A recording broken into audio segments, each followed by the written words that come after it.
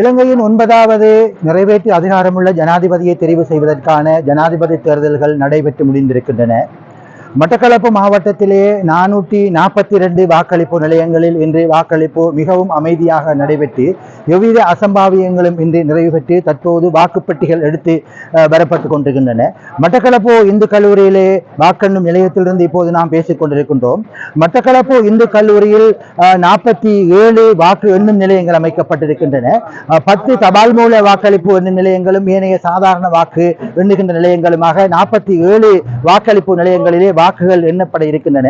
தற்போது தபால் மூல வாக்குகள் எண்ணும் பணிகள் ஆரம்பிக்கப்பட்டிருப்பதாக மட்டக்களப்பு மாவட்ட தெரிவத்தாட்சி அதிகாரி திருமதி ஜே முரளிதரன் சற்று முன் தெரிவித்தார். இந்த அடிப்படையில் 70க்கும் மேற்பட்ட வீதம் வாக்களிப்பு மட்டக்களப்பு மாவட்டத்திலே இடம்பெற்றிருக்கிறது. மட்டக்களப்பு மாவட்டத்தில் மொத்தமாக 4,49,682 பேர் வாக்களிக்க தகுதி பெற்றிருந்தார்கள். இவர்களுள் 3,06,000 பேர் இன்றைய வாக்களிப்பிலே கலந்து கொண்டிருக்கிறார்கள். மட்டக்களப்பு மாவட்டத்தில் மொத்தமாக 70% வாக்களிப்பு நடைபெற்றிருக்கிறது. மட்டக்களப்பு, கல்குடா, பட்டிருப்பு ஆகிய தொகுதிகளில் தேர்தல் நடைபெற்று முடிந்திருக்கிறது. மிகவும் அமைதியாக எவ்விதமான வன்முறை சம்பவங்களும் பதிவு செய்யப்படாத ஒரு தேர்தலாக இந்த தேர்தல் பதிவு செய்யப்பட்டிருக்கிறது.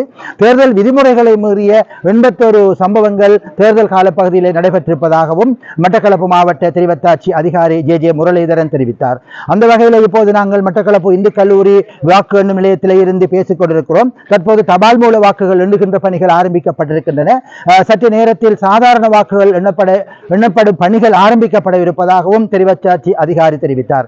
இது மட்டக்களப்பு இந்து கல்லூரி வாக்குகள் எண்ணுகின்ற நிலையத்திலிருந்து உங்கள் TL ஜௌஃபர் கான்.